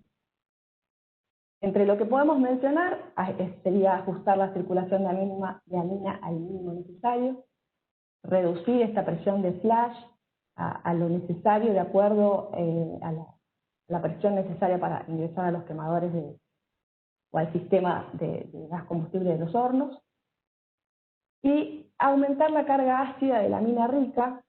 Aumentar la carga ácida de la mina rica puede disminuir entre un 30 y un 40% la absorción de hidrocarburos, pero la carga ácida de la mina rica, es decir, la cantidad de ácido por amina, molde gas ácido sobre molde amina, que podamos tener acá, es un parámetro que se considera desde el diseño, porque define la corrosividad que tiene esta solución y por ende la corrosión esperable a lo largo de toda la planta, con lo cual no es un parámetro que podamos ajustar libremente, que podamos maximizar libremente, pero junto con la gente de integridad se podría ver de optimizar ese parámetro considerando también este punto. Bien. Ya voy terminando, bueno, acá podemos ver la planta de amina. La planta es para alto caudal, con lo cual se tuvo que dividir la torre contactora en 3 unidades. Tenemos la torre regeneradora. Por este lado también podemos ver otra planta de aminas con su torre contactora, su torre regeneradora. Y acá en primer plano vemos el tanque flash, que lo vemos un poco más grande. Podemos ver el separador y la pequeña columna montada sobre el separador para endulzar la corriente de gas que luego se utiliza en los hornos.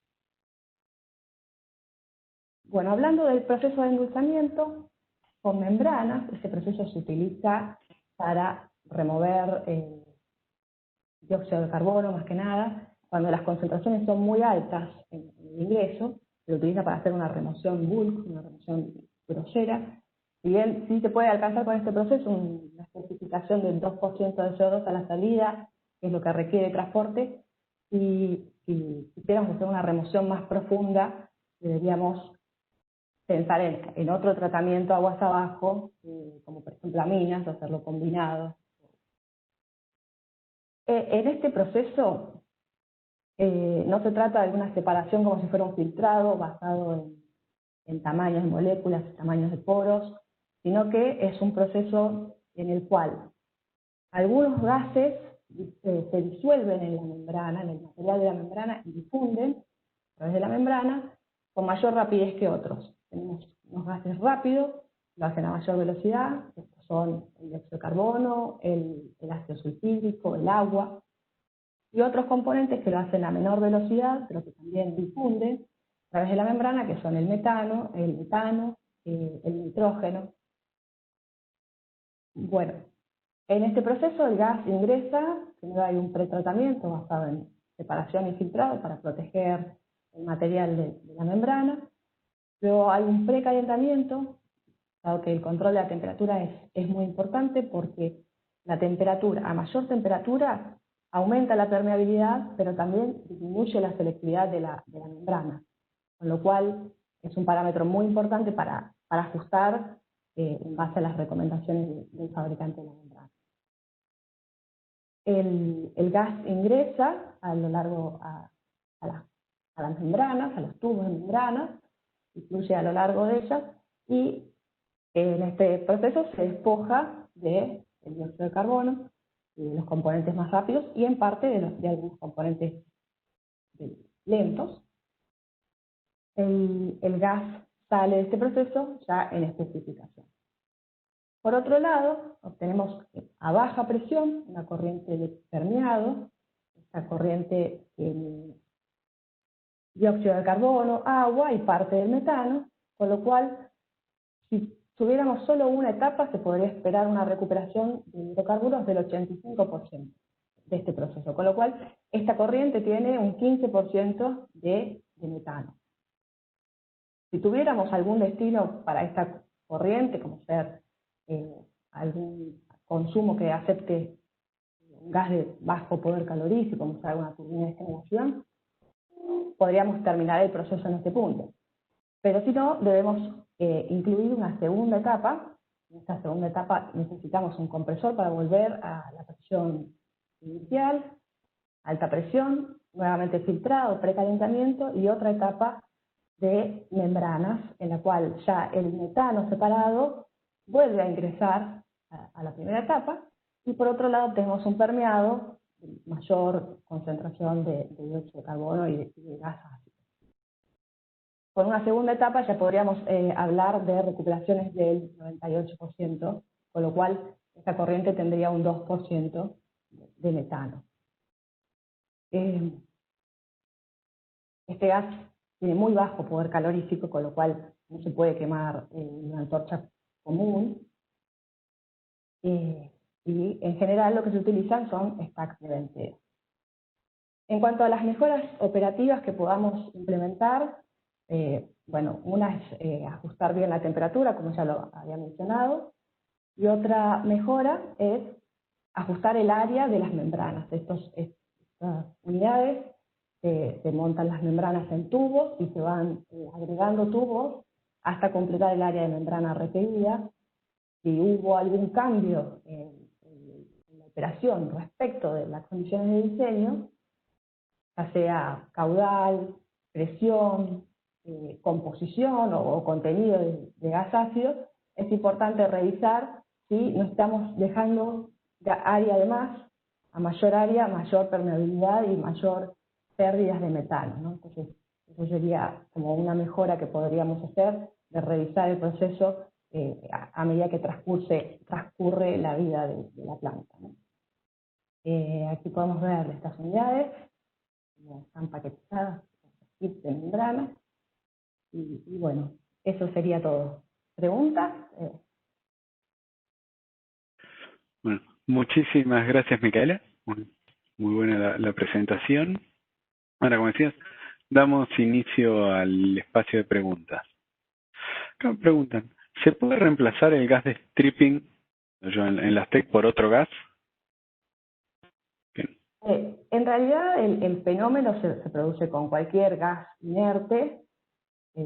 Podríamos usar nitrógeno. El problema es que en las operaciones de upstream no tenemos otro gas que pueda hacer esta función.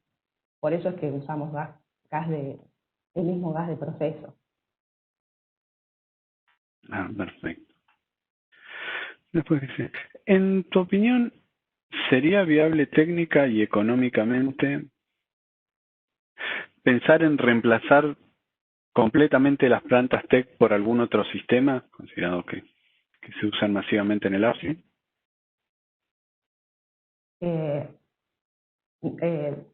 Considero que no sería posible reemplazarlos, dado que una opción es reemplazarlo por estos lechos de sales que tienen un límite operativo bastante acotado. Nosotros en el upstream tenemos plantas TEC de hasta 2 millones de metros cúbicos día, con lo cual no sería antieconómico, no cerraría la inversión y sobre todo la frecuencia que sería necesaria de reposición de sales para tratar semejantes caudales. Por otro lado, reemplazarlo por otro tipo de tecnología como tamices o lechos con aluminio, con sílica gel, tienen aparejado todo este otro equipamiento para la regeneración, que tampoco sería, me parece, viable en todos los casos para reemplazar las glicoleras, y también que nosotros utilizamos glicoleras en los casos en que necesitamos deshidratar el gas para poder garantizar el transporte, evitar la formación de hidratos, evitar la condensación, y no es porque necesitemos una depresión del punto de rocío tan profunda como estas tecnologías logran, ¿no? Perfecto, muy detallado. Mira otro. ¿Es posible captar los venteos también de las T y canalizarlos a la antorcha? Sí es posible, hay que considerar que están a presión atmosférica, este punto el punto de venteo está a presión atmosférica, con lo cual deberíamos contrapresionar lo mínimo posible la regeneradora, porque eso impacta en la concentración de TEC que podamos alcanzar y en la especificación del gas. Se podría buscar alguna manera de hacer una condensación, ofrezca poca pérdida de carga, separar el agua y utilizar algún tipo de BRU para recuperar esa corriente de vapor, de gas, ¿no? De gases, de hidrocarburos. Son corrientes muy pequeñas. Bueno, serían unos 1000 metros cúbicos, si consideramos 1000-2000 metros cúbicos, si consideramos el gas de stripping que estaba mencionando anteriormente, ¿no? Claro, 1000 para tratar 1.000.000. Sí. Okay. Otra pregunta, creo que es parecida a las anteriores, pero te lo dejo a vos que sabes más del tema. Dice, para la reducción en deshidratadores se ha evaluado TEC más módulo de captación y destrucción de BTEX más H4. Y después muestran un link, pero bueno, ahora no podemos abrirlo. Bueno, sería similar a esto que estamos mencionando. Sería que después de separar el vapor de agua de esta corriente, condensarla y tener la corriente de gases, canalizarlo hacia entiendo que lo que debe estar mencionando es un oxidador térmico, que lo que hacen es oxidar estos compuestos de TX en una cámara de combustión, que le dan cierto tiempo de residencia para garantizar que todos los compuestos se oxiden completamente. Si es factible, sí es factible. No sé qué costo tiene, en realidad sinceramente no sé qué costo tienen estos oxidadores, y hay que considerar que, bueno, serían todos estos equipos que hay que agregar aguas abajo de ese venteo. Perfecto.